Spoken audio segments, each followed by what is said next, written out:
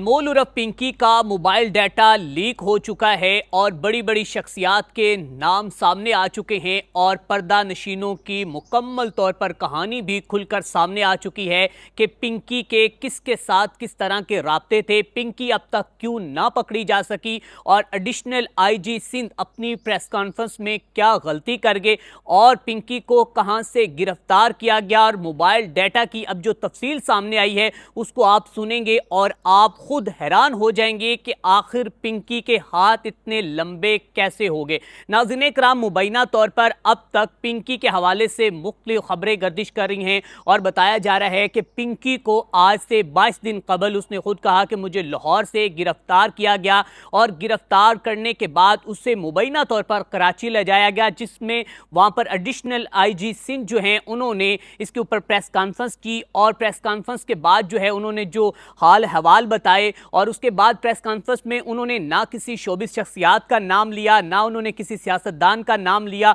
और ना ही उन्होंने किसी बड़े खानदान के चश्मो चिराग का नाम लिया कि उसके अनमोल उर्फ पिंकी के साथ रवाबित थे या फिर उनके पास कोई डिटेल आई है। जबकि वो ये कह रहे हैं कि 500 सफ़ात पर मुश्तमिल जो डाटा है उनके पास आया है।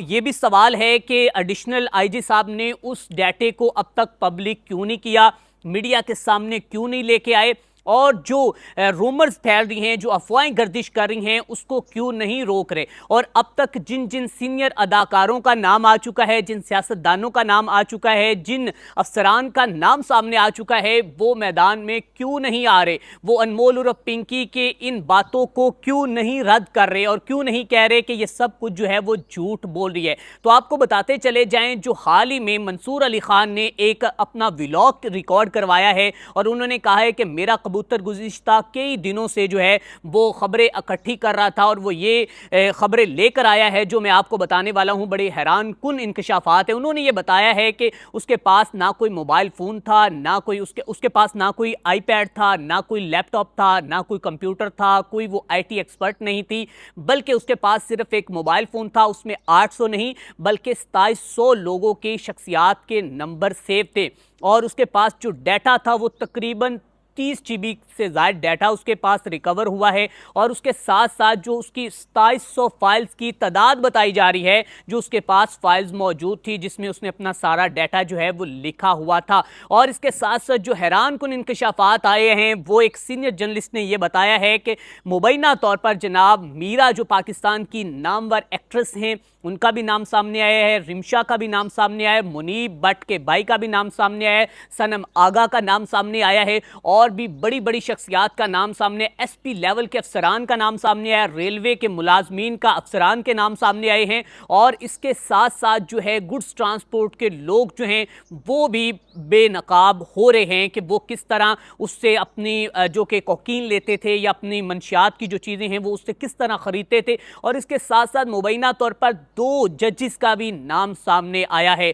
और एक असिस्टेंट कमिश्नर का कि ये लोग पिंकी के साथ रवाबत में थे और पिंकी जो है वो इनको माल सप्लाई करती थी। अब ये भी सवाल है कि अगर 5 से 6 मुकदमात दर्ज होने के बावजूद पंजाब पुलिस पिंकी को गिरफ्तार क्यों ना कर सकी और उसके साथ साथ पिंकी को इश्तियारी करार क्यों ना दे सके। गुज्जरपुरा थाने में मुकदमात दर्ज हुए, कोट लखपत में दर्ज हुए और लाहौर के कई नवाब टाउन और दीगर थानों में मुकदमात दर्ज हुए। बस यही कहा गया कि वो पुलिस को अपनी जो कि कार के नीचे कुचलती हुई निकल गई और फिर नवाज नामी शख्स ने भी ये कहा कि वो पिंकी से ये तमाम सामान लेता था। नाज़रीन इकराम, अब यहाँ पर सवाल बड़े उठ रहे हैं कि आखिर पिंकी को बचाने वाली कौन सी शख्सियात हैं। तो आपको बताते चले कि पिंकी को बचाने वाली वही शख्सियात हैं जो करोड़ों रुपए उससे खाती रही और 7 करोड़ रुपए के इवज मुबैना तौर पर पंजाब पुलिस ने भी इससे पहले जब उसे गिरफ्तार किया तो उसको छोड़ दिया था। आईजी पंजाब जनाब